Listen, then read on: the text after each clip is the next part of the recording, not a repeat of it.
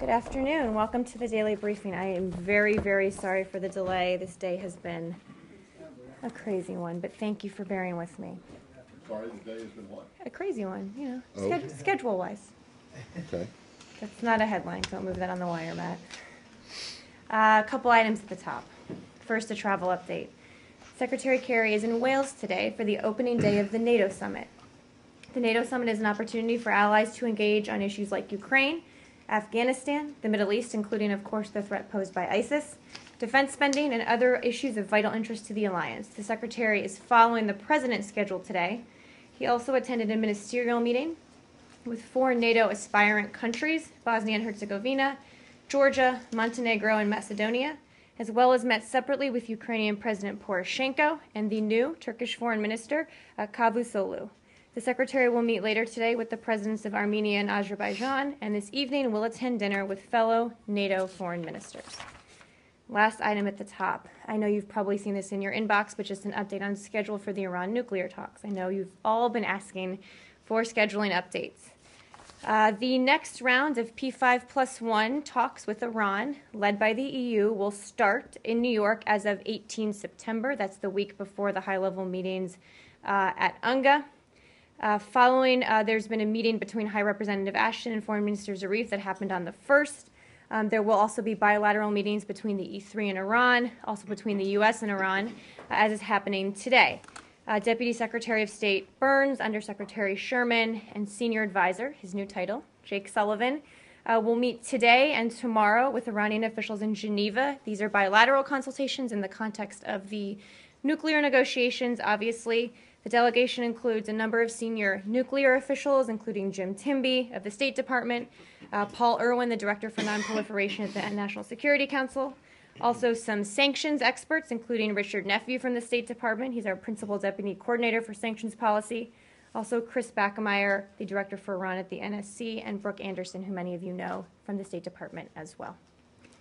Well, actually, Matt. let's start there. Just logistically. Iran? Yeah, on Iran. Just logistically. On the talks that begin in New York on the 18th, Uh-huh.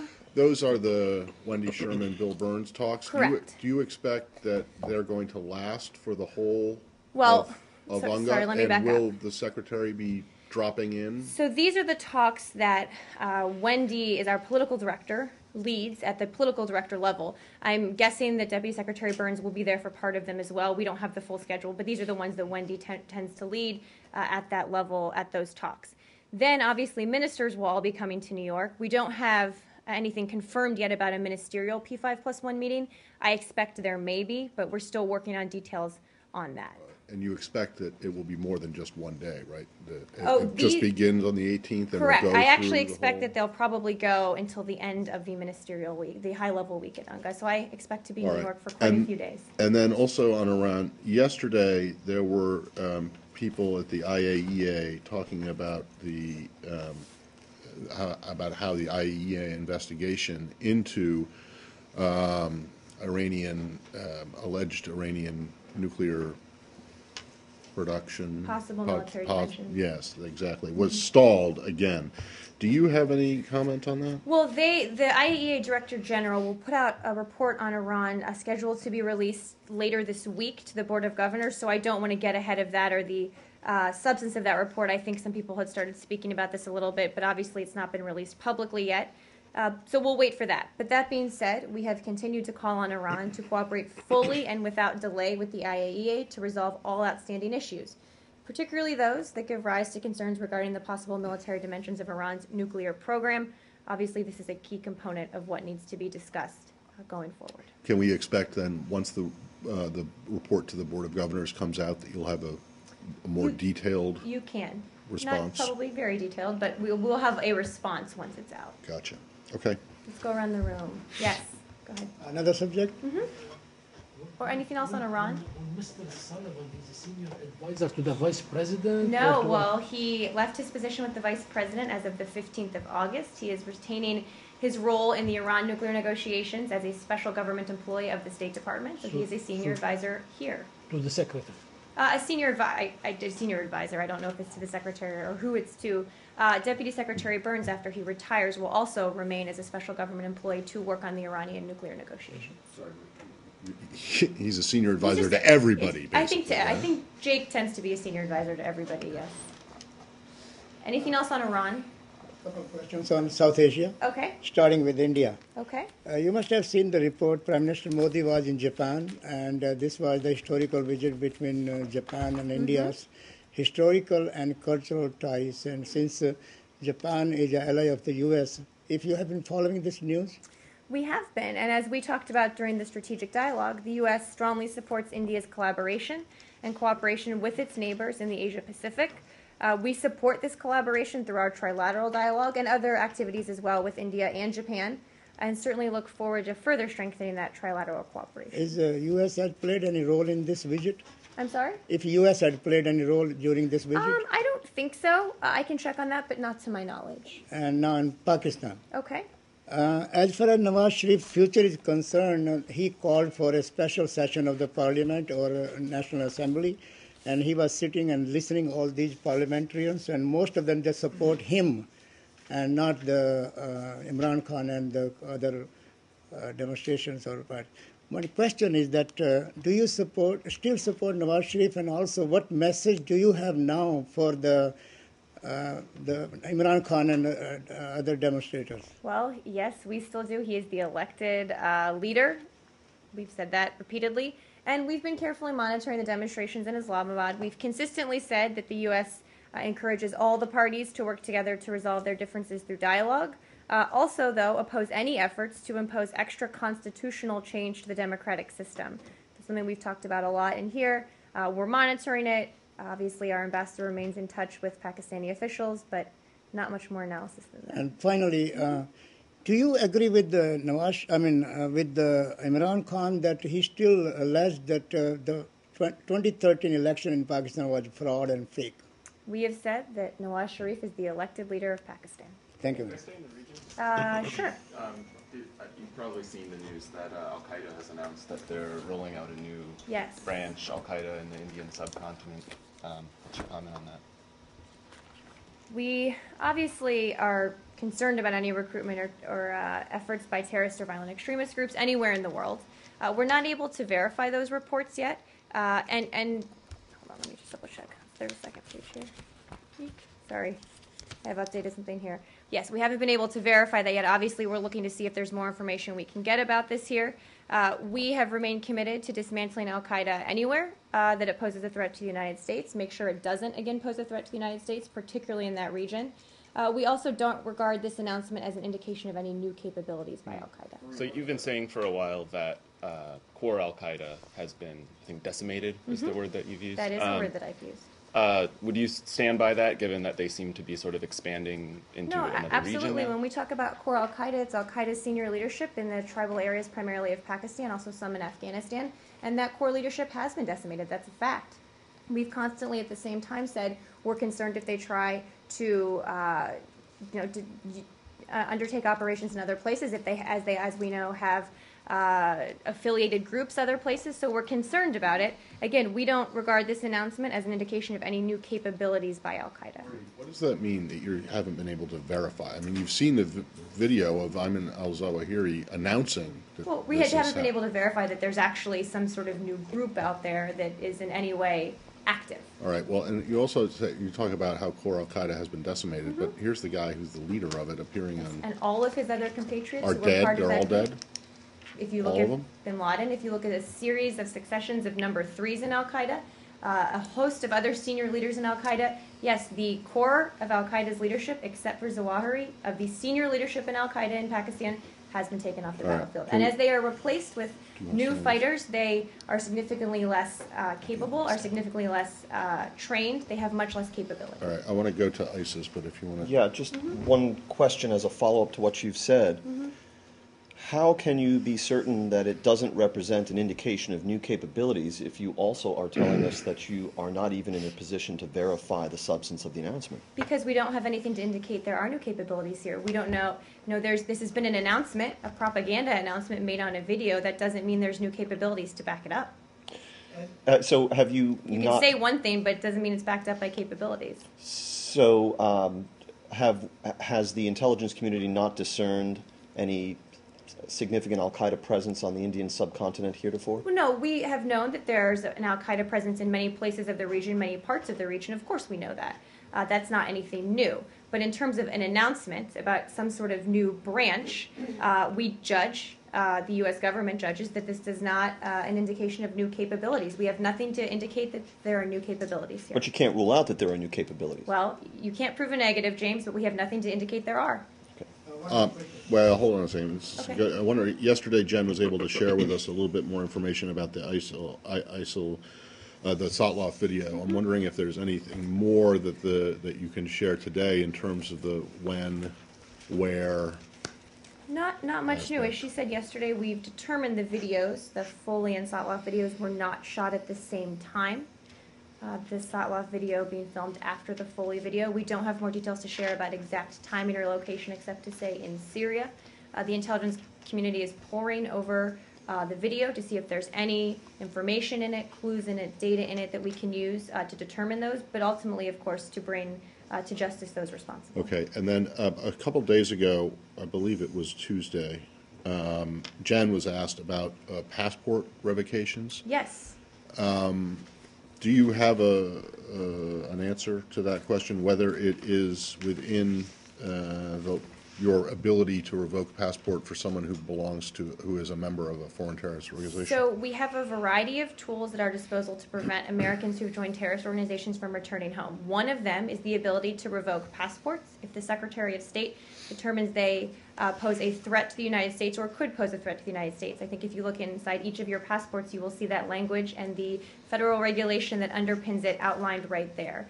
We did do that in 2011 with Anwar al-Awlaki. Under that regulation, the Secretary made the determination that he posed a threat and revoked his passport. That is a tool we have at our disposal. We have other tools as well, including watch listing, including subjecting people to additional screening as well. So but those additional tools are short of revoking a passport? They're in addition to.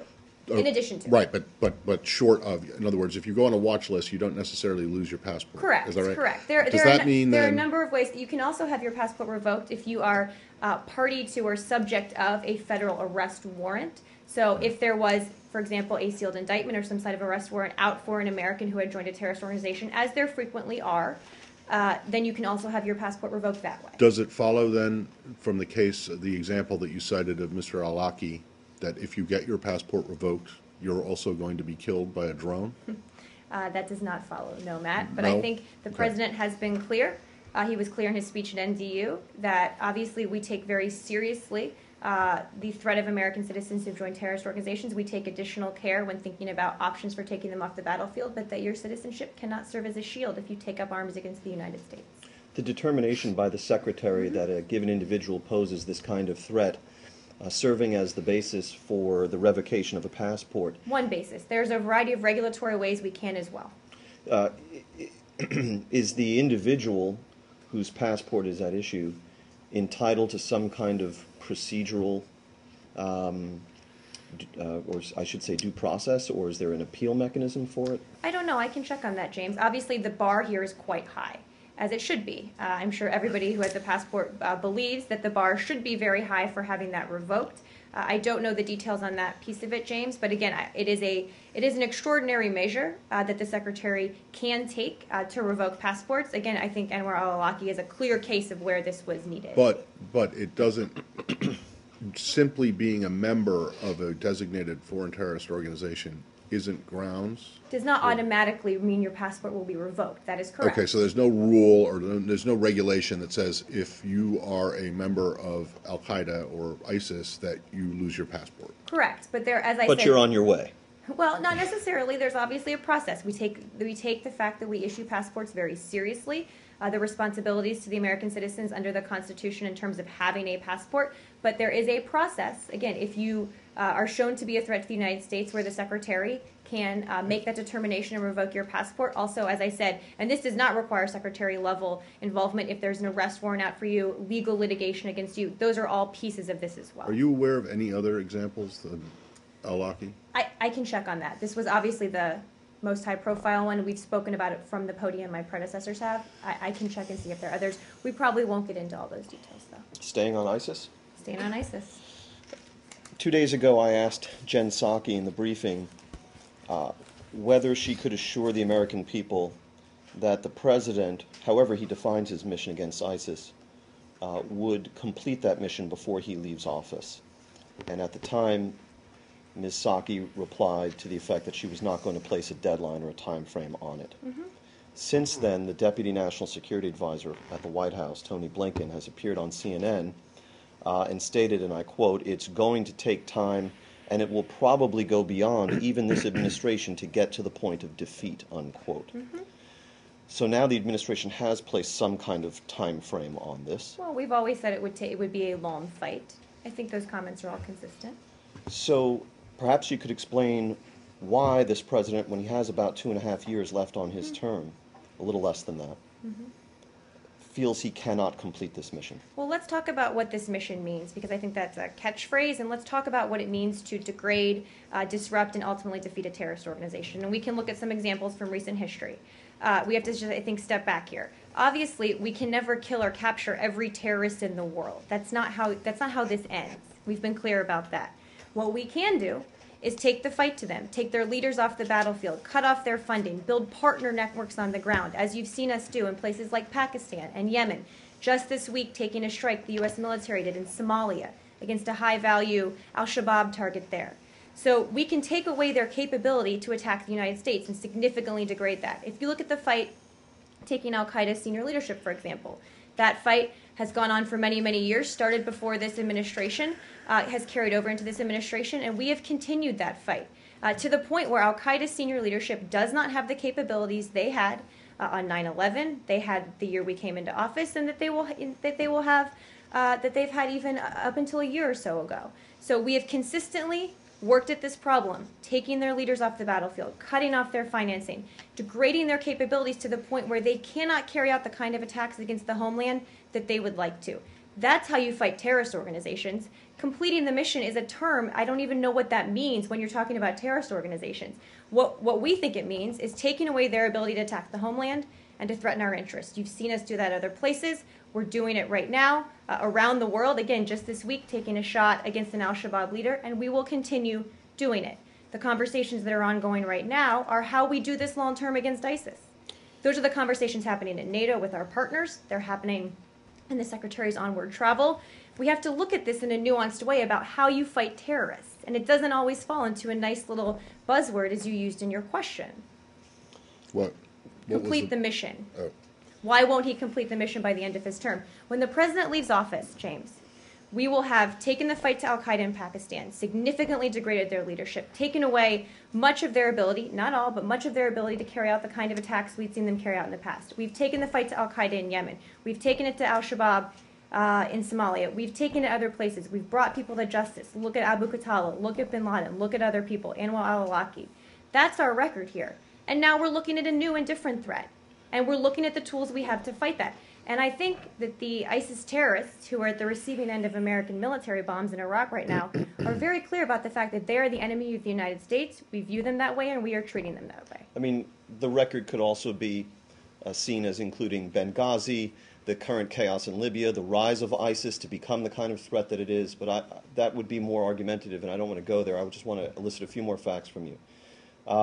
Can you confirm that U.S. airstrikes killed a top aide to Abu Bakr al-Baghdadi? We cannot confirm those reports. I've seen them, and we don't have information to confirm that at this time. I asked Jen Psaki last week about the bringing to bear of financial tools against ISIS, and she really didn't have much to say about it. The question being posed as to whether ISIS, in the way that it amasses and spends its funds, which are considerable, is so off the grid, so to speak, that the organization is in effect beyond our typical capabilities with financing. Well, we have to use different tools here. We've What are our financial Yep. options there is what I'm asking. Yep, we can talk about that a little bit. Every terrorist group funds itself in a little bit of a different way. ISIS gets a majority of its funding from criminal activity, ransoms, bank robberies.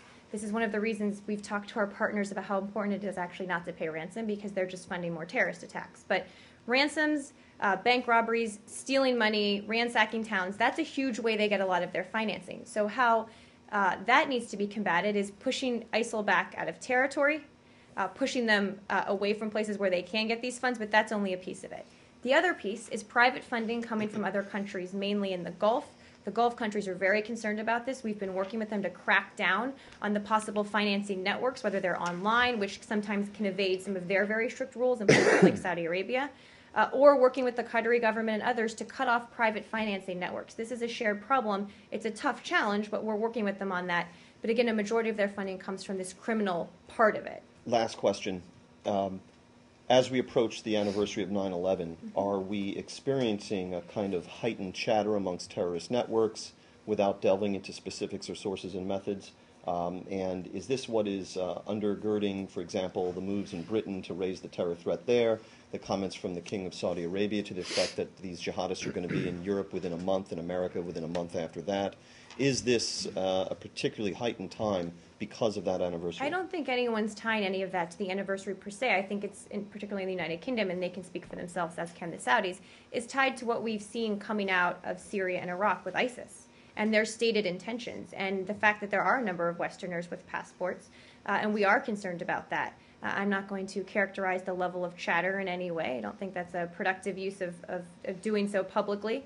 But we're always vigilant. We're always looking for threats. But I don't think these specific comments have been tied to that anniversary, James. Thank you. You're Marie, welcome. very tangentially related to this, and I mean very tangentially related. Your brief foray this morning, and by brief I mean 140 characters, into media criticism directed at my colleague's Not at your colleague here, has attracted a lot of attention, and I'm wondering if you could just briefly, without getting into any kind of without wanting to get into any kind of a name-calling match don't here, worry. explain what it was that you were upset about. No, I appreciate the opportunity to give more than 140 characters here. I think that when the anchor of a leading cable news show uses, quite frankly, sexist, personally offensive language that I actually don't think they would ever use about a man against the person that shares this podium with me, I think I have an obligation, and I think it's important to step up and say that's not okay. And quite frankly, I wish that more people would step up when men say those things about women in public positions and say that it's not okay. So you don't think that that the criticism would have been directed at a man who had replied, who I had given think- similar answers from Some the of that podium? language, we've seen it before, I don't think would be used against a man. Some of the language used about my colleague, I don't think would be, By this one person in particular, general. or just in general? in general. Okay, all right. Moving on. Saeed. No, on the ISIS thing. Now, I don't know if you touched upon this, but the King of Jordan or Jordanian sources say that the king has a plan to actually crush ISIS.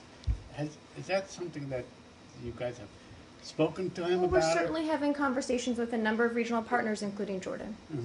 But because apparently, there are parts of Jordan that now under the control of ISIS, like Ma'an, like Zarqa, where Zarqawi came from. I'm not and sure. other places. I would be Or, I careful mean, when you where they say have- that. where Where they they have have a presence, Yeah, fine. they But have a formidable presence. I would be careful when saying there are parts of Jordan under the control of ISIS. And now let me just go back to I don't think when that's true. when I came in. You were talking about the fight against Al Qaeda, Mm-hmm. and we're taking it to them and so on.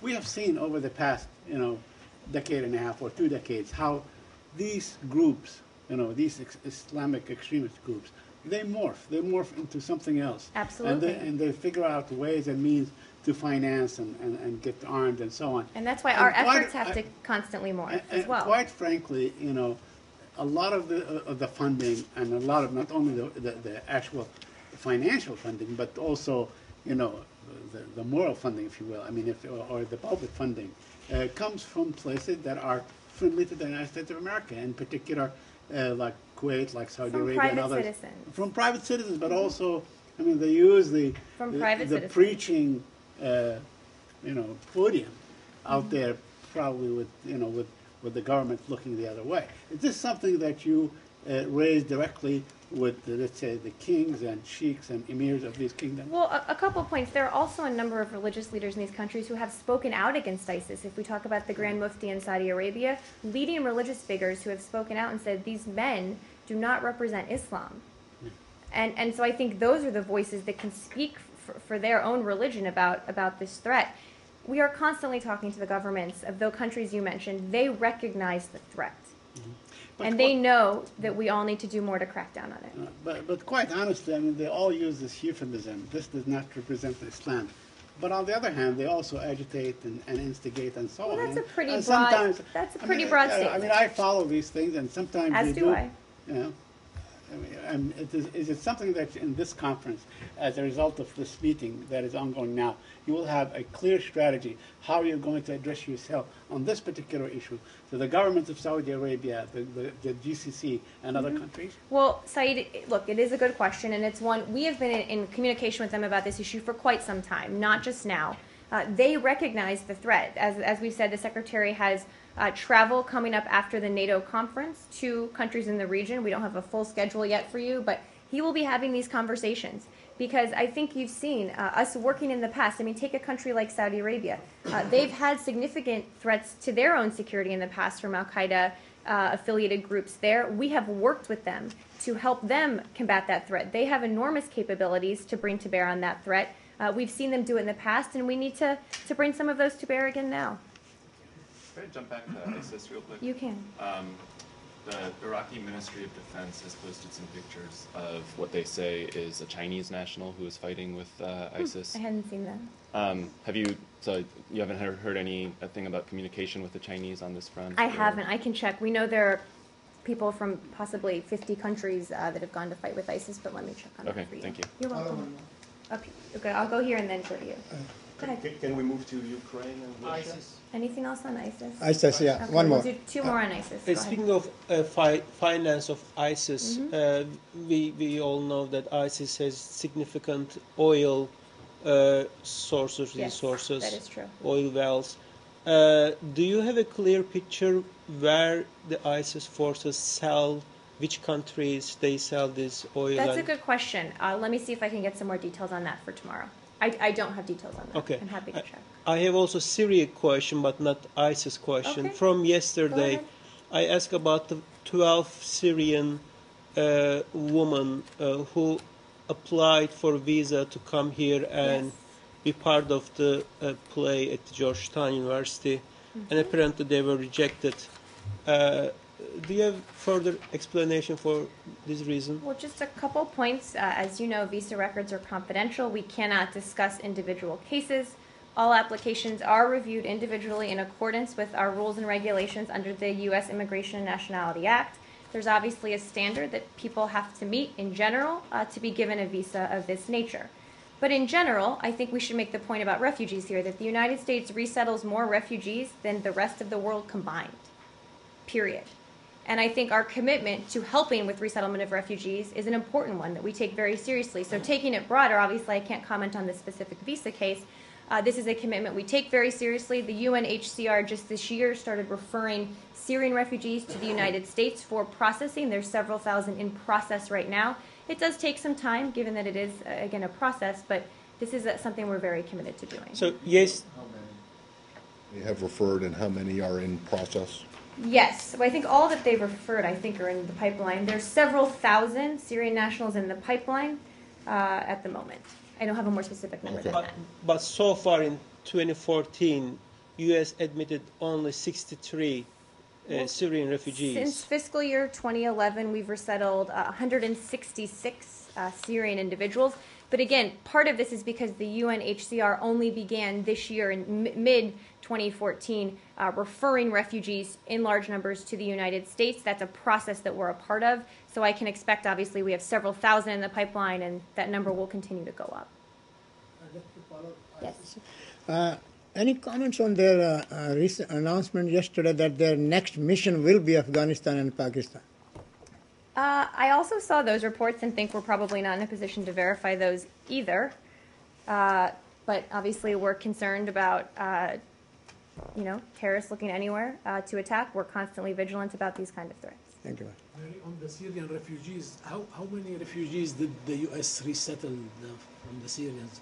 So Since the crisis till now. So since 2011, it's 166. But again, part of this is there are several thousand in the pipeline now because the UN just started referring large numbers to the U.S. for resettlement. They're the ones who who run this resettlement process for countries across the world. So that number will continue to go up. Yes. You can go to Russia? Ukraine, yes. Can you confirm what a U.S. official said at the NATO summit, that the U.S. is preparing a new batch of sanctions against Russia in coordination with your EU partners? What we're doing this week is talking to our partners in the EU, in NATO, but particularly in the EU, about what additional steps and pressure we can put in place on Russia. I don't have anything to preview for you, but that's a constant topic of conversation. Okay. Related to that, can we Can go? I follow on that just really Yep. quickly? Since we're on sanctions Yeah, yeah. and the prospect of sanctions, so many times we've heard from senior U.S. officials that if Mr. Putin did not change course, if he further escalated the situation, and by all accounts the U.S. now sees that he has done so, that he would face greater costs. And he has, repeatedly. But he has not since what this administration terms an incursion occurred. And so I just want to get your sense of whether it is an inevitability that he will, from this moment forward, face still greater costs, or whether that's just something that's under discussion and he may not face. Well, we have been clear he will continue to face additional pressure. I'm not going to outline what that may look like. Obviously, sanctions are a key part of that toolbox, and we're having those discussions right now, but I don't have anything else to preview. But you can't say that additional sanctions are a certainty at this point. Well, what do they say? The only thing in life that's certain are death and taxes? Probably going to leave it there. Sanctions are a form of taxes. Look, we are very So- clear that we will continue increasing the pressure on Russia. I would expect even possibly additional steps. I'm not going to outline what those are this week, but that's a conversation that's ongoing. Thanks. Yep. Yesterday, when asked about the upcoming military, oh, sorry, go ahead. Yeah, related to that, thank you. Can we go back on to the French warship? We can, yes. So yesterday, Jen Psaki said that it was a wise decision from Yes. the French. I agree with Jen Psaki. Good. Just would like to make sure that you are completely satisfied, because if we read carefully what the French say, they don't talk about suspensions. They talk only about a delay to November, and the French president said himself that if the conditions are met, if there is a ceasefire, they will proceed with the delivery of the warship. So are you asking for a plain cancellation of the contract, as Well- Senator McCain did yesterday? I don't always agree with Senator McCain, so I won't do that. But we do believe this is a wise decision. We've had constant conversations with them about this. You've named a lot of hypotheticals there, and I'm just not going to get into what might happen, but we do believe that yesterday's decision was a good one. Well, put it this way. Is there any scenario under which you would think you would drop your objection to the delivery of these? I don't want to speculate on that. Any? That's a Well, big I category. mean, if Putin did what you wanted him to do, and then also got out of I don't want to Crimea, speculate on that. We've said right would it be now this okay is for not the the French? time to go ahead with But is these. there ever a good time for the French to sell a in warship to the the Russians? eternity of history that is still to come? Well, no. The past. I don't know. In the That's what you past, I seem don't to know. be Peter the asking Great about. went to Europe and got a lot of ships. Why not? I don't you have know? much more analysis on this. All right. So yesterday, Jen was asked about these military exercises that you guys are doing Yes. with the Ukrainians, and she talked about how they would contribute to peace and regional stability and build confidence, etc. I'm just curious why you believe that, considering what you had said about Russian military exercises in Russia with the Russian military on its own soil, and you talked about how those were provocative and not Yep. helpful to the situation. So, 2 points on that, if you want me to start there, or do you have more? yeah, I just want to know why different? are your military exercises good and contributing to stability, and Russian military exercises are bad and provocation? Because we're not undertaking armed intervention into other countries. We haven't taken escalatory actions using our military. These exercises are annual, they're pre-planned, they are not being held in response to current events, and I think that should speak for itself. Right, but whether or not they're annual and whether or not Well, that's important, though. but you We do would this you would every year. agree that Ukraine is unsettled, right, at the moment? To say that does it's not a unsettled mean? normal situation in Ukraine. Because another country has I undertaken an underst- armed intervention, which by definition means if that country undertakes exercises, they are seen in a very different context For than whatever when NATO reason, does or when for- we do. For whatever reason, Ukraine is not a peaceful, stable that country reason at matters, the moment. though. Yeah, it may, It does. very well, but It not does. not to my question, which I is, think it actually is does matter it to your wise? question. Is it wise to stage a military exercise in a country that you say is at war with its much larger neighbor? Again, these are exercises that are done on an annual basis that we believe are incredibly important to demonstrate our commitment and our resolve to stand side by side our partners in their defense. And we've said that this is why they're so important. They are not in response to recent events. And again, we aren't the ones who have taken escalatory military action. Russia has. So our exercises should be seen in drastically different context given the recent past of both of these different sides of this conflict here. Right, but the Russian troops, the Russian exercises that you criticized, this is quite apart from the allegations of sending troops across But the it's border. related. It's the same country Well, doing it.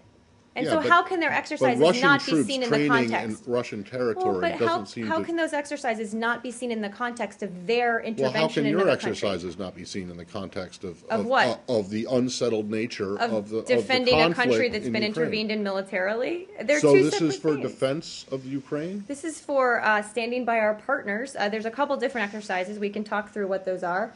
But they're designed to increase interoperability, promote regional stability and security, and strengthen our international military partnering. I understand that's what Jen said yesterday, and I understand Again, that's we're what you say, remarkably on the same but page. you can't. But I don't understand how it is that you can't see that why the Russians would take the position that they have taken, which is to say I think that it's a convenient one they're- for them to say publicly, but I don't think it has any basis in reality. I can see why they're doing it. I just don't think it's accurate. okay. I mean, I'm look. You're looking at a country who has intervened in an armed and military way in its neighbor. Of course, their military exercises have to be seen in that kind of escalatory context. Everything they're doing with their military in that part of the world right now is escalatory and aggressive and interventionalist. How can you not see their exercises in that context? They are not divorced from each other. Well, okay, but you say that they're escalatory and that their exercises are provocative. Why is it wrong for the Russians to say that your exercises are provocative? Because nothing we've done has been provocative throughout this entire conflict, and everything they've done has been. Again, it's a convenient propaganda talking point, but it's not based in reality, which is par for the course for them in this conflict. Is there any further clarity on the viability or status of this 7-point peace plan that President Putin apparently devised on the plane ride over to Mongolia? Those long plane rides. Are you talking about the ceasefire plan that President Poroshenko has spoken about? I want to Yeah. make sure we're talking about the same thing. I believe so, yeah. Okay, just making sure we're talking about the same thing. President Poroshenko, I think, did again today say that he has continued his efforts to find a peaceful resolution, which may be able to implement steps to facilitate a peace plan as early as tomorrow. But the situation remains fluid.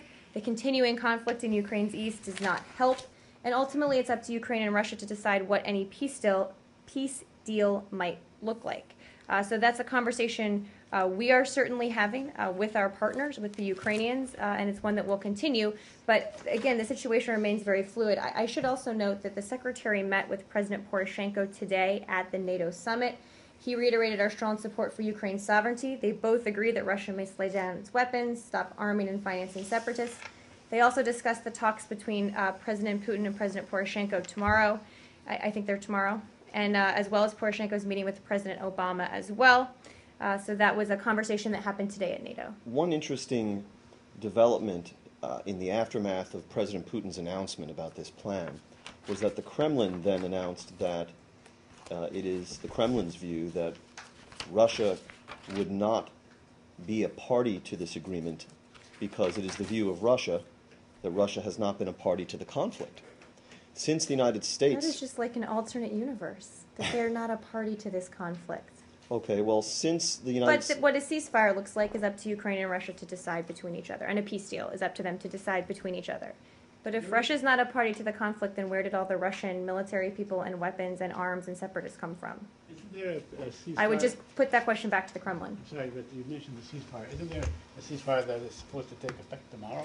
So that's what President Poroshenko has spoken about this a little bit. Obviously, this is an ongoing conversation, but the fighting in eastern Ukraine is still fairly serious. So, we're just all watching the situation. So does that mean you don't think that the pro-Russian separatists have anything to do with or should have anything to do with a ceasefire? That's not at all what I just said. Oh, okay. Well, you just said it's between Kiev and Moscow. To decide what a peace deal might look like, obviously a ceasefire needs to include the separatists, but And wouldn't a peace? Wouldn't an agreement to end the hostilities also require them? I mean, obviously, if there's Yes. going to be one that takes effect, yes, obviously. Can we go to- In what regards, I don't know.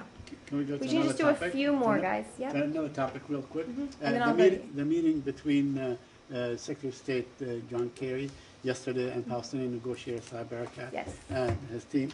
Now, we understand, Erekat came out after the meeting, which took like a couple hours. And 2 said hours, basically yes. they did submit a letter saying or requesting or demanding, or however you want to interpret it, that there be a time limit to ending the occupation. Is that also your understanding? Well- And would you support such a timetable, whether it's 3 years or 10 years? Secretary Kerry did meet with Saeb Erekat yesterday for about 2 hours. It was a constructive conversation, kind of covered a range of issues, including Gaza, Israeli-Palestinian relations, and recent developments in the region. They agreed to keep talking in the weeks ahead, but no further details to share or confirm for you. All right. When you say they will keep talking in the weeks ahead, Marie, is that through the office that was established with Martin Indyk, and he has since left? Well, and so on? indeed, Frank Is that- Lowenstein is having follow-up meetings today with Saeb Erekat, Okay. Now, is who is that the office, acting special envoy. okay? Is that office still in place? It is. Is that team still in place? It is, absolutely. They are Okay. hard at work. All right, and suppose that the Palestinians, their next step, when the General Assembly convenes, around the third week of this month, they go ahead and endeavor to sort of join, like they claim, 500 or so, UN agencies and so on. Are you telling them that if they do this, that you will cease support to the Palestinian Authority? I don't have any further details of our conversations to share. Okay, because I remember yesterday, and that'd be my final question, Ambassador Samantha Power came out and actually was very clear. Any unilateral action is not something that the United States will cause. But on the other Of course, hand, I mean, agree with her, but I don't have Right, more but- details about our conversations to share. Okay, but it's also, when you say no unilateral action, you also address yourself to the settlements, correct? And the settlements keep on going. I mean, it's We've been clear with our concern about that. thank you. There's 2 more in the back. 3 I more. have one on this, just to find out Okay, if you got sorry. an answer, Jen. Yesterday I asked about the allegations of the fishing infringement on fishing rights for the Palestinians in Gaza. Did you get an answer? I'm on sorry those? if, yes, I did. We have seen those reports, cannot independently verify them. We have urged all parties to adhere to the terms of the ceasefire, protect civilians, and facilitate the delivery of the humanitarian assistance, but we cannot independently confirm those reports. Do you know if you're trying to independently confirm them, or have you approached the Israelis I about can them? check on that. Let me ask on that. Yes, in the back. Linda Thomas Greenfield in Nigeria today announced that the U.S. is launching a border security program for the region. We, of course, have had unarmed drones in the region. Can you elaborate more on what the U.S. is considering, especially taking into account that this is a huge area to patrol? Secondly, on the same topic, there's a report out today from Watch List on Children in Armed Conflict that talks about brutalities against children in Nigeria, including forced recruitment, detention, attacks, rapes, abductions. Did Thomas Greenfield get into that issue in her meetings in Nigeria? And if so, what was the content? Thank you for the questions. On the first one, Assistant Secretary Linda Thomas Greenfield is in Nigeria through Friday to participate in a number of meetings on regional security. Today, she co-chaired the U.S.-Nigeria Binational Commission's Regional Security Working Group. She did tell the gathering that the United States is close to announcing the launch of a major border security program under our Global Security Contingency Fund launched by President Obama during the recent U.S.-Africa Leaders Summit. It will include Nigeria and its neighbors Cameroon, Chad, and Niger. She also said the U.S. is committed to helping the government of Nigeria address the threat posed by Boko Haram and urged them to adopt a comprehensive approach that protects their citizens. So that was a conversation she had today. As more details for the plan are put in place, we'll be happy to share them. I do note that the UN Secretary General had a recent report on children in armed conflict.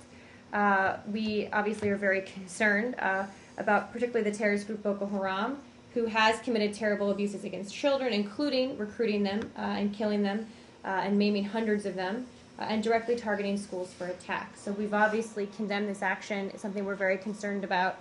We've also continued to press the Nigerian government to adopt an approach to this, and it's a conversation that is ongoing. James Rosen. With an eye toward history, we saw a very unusual scene unfold here yesterday where the Secretary was joined by 5 of his predecessors for the groundbreaking of the new U.S. Diplomacy Center. And I wonder if you might be able to share with us anything about that unusual gathering that was not visible to the naked eye, to observers at the groundbreaking, and also whether the Secretary received any particular advice from any of the historic figures who joined him on some of the pressing issues that we have discussed in this very briefing. It's a very good question, James, and a question I do not know the answer to. I'll have a conversation with him and see if we can maybe talk about that a little bit tomorrow, if I get anything on that. I know he was very happy to welcome them here. If you just looked at the photos and the video, it was quite an amazing event, actually, to have them all here for this event. We were very proud of it, and the new Diplomacy Center will be a very cool thing indeed. But let me see if there's more to share on his conversation. It will be a very cool thing. Cool thing, it's a technical term. Yes, apparently. I'm sure everyone on Twitter will now make fun of me, but I'm that not would trying be to. par I'm for not the trying to course as make. well. I'm not trying to make fun of you. I just have one very extremely brief one, and that is the Iraqi government formation was supposed to happen this week. Is it? What's your? No, I think we were tracking towards it. The 10th or 11th as when the All right, deadline is. Deadline. Okay, so the 30 that's your days. understanding is that that's still on track. Yes, moving forward. Yeah. So it's the same as the Afghan presidential election. Completely different, Matt. Yeah, But still that on could happen track. on the same day. I will say, although here, Yeah, since the you same bring up- time when it will be okay for the French to send a ship to the Russians. That was just a sigh of exasperation. No. Since you brought it up, though, on Afghanistan, just a very quick update. Today, both Dr. Ghani and Dr. Abdullah jointly issued a statement to NATO summit participants that did a couple important things, and I just want to highlight them. Reaffirmed their belief in an inclusive political vision, said they will form a government of national unity that will honor the participation of their people in the process, and both, again, publicly committed to signing the BSA after the inauguration. So those, I think, are important things. The audit process is moving forward. Yeah, but that's like the 3rd or 4th time they said that, and Well, every there's- time they say it, 2 days later they come out and they're at each other's throats again, Process and is one of them is moving pulling forward. out, and the other one is threatening to. So I mean, what? The audit and adjudication process is ongoing. It is complicated, it is tricky, but it is ongoing. How is it complicated Politics and tricky? is No, what messy. is hard here is accepting the result, for the loser to accept the result. That's what the hard thing is here. Is that's there hard for any, anyone, you but have we're any working. confidence at all that whoever ends up losing this election is actually going to accept defeat? We do. You do. Couple more. Yes. 2 more. Do you have any Bring it initial home. information from Secretary Kerry's meeting today with the presidents of Azerbaijan and Armenia? I don't believe it's happened yet. I think it was supposed to happen, or maybe it's happened while I've been out here. So let me see if I can get that after the briefing. And then he has a dinner this evening as well. Last one. Yes. I have 2 questions. Last 2. What is the United States government's definition of what constitutes an act of war? A legal definition? Whatever definition you want I'm to happy share. to check with our lawyers on that. Okay. Happy to check. Number 2 would be how many Arab and Muslim leaders at the national level and international level are actively speaking out against ISIS and willing to be an active part of the U.S. allied coalition to defeat this terrorist group? Well, let's start with all of the leaders in Iraq who've spoken out very strongly against ISIS, the threat it poses to their own country, indeed asked the United States to undertake military action to help them in their fight against ISIS. So we can start with a whole large number of leaders in Iraq. So Iraq is one. Okay, let me continue. One country with a number of leaders, Sunni, Shia, and Kurd, who've spoken out against it. The leadership of the Syrian moderate opposition, who we work with, very clear they are fighting a threat against ISIS. I think there have been leaders in other countries, whether it's countries in the Gulf. There have been, as I mentioned, religious leaders like the Grand Mufti of Saudi Arabia and others who have spoken out very clearly against what ISIS is doing. I'm happy to provide you a longer, more comprehensive list. I can put that together for tomorrow's briefing. Thank you very much. You could start with Assad, right? I can put that together for tomorrow's Was briefing. that not correct? Would that not be correct? Probably Wouldn't an not. alphabetical list of people of Arab I'm now leaders who are desperately fighting trying ISIS to think of an... begin Actually, with Haider Assad? al-Abadi. Let's start alphabetically. All right. Well, wouldn't Assad be look on at that? that. Wouldn't Look at Assad? Wouldn't Assad be Look on at the that. list? Wouldn't Assad be on the I need list? the And transcriber. The I last really do. question for today. If you need Yes. any help with your list, I'm sure Matt has just volunteered. We're to help actually you going to put go work on together. it together. So if anyone else would like to join. Samir, last question. Yes, you mentioned Haidar al-Abadi. Yes. Did you know of any progress he's doing? He's working on it. They are moving forward.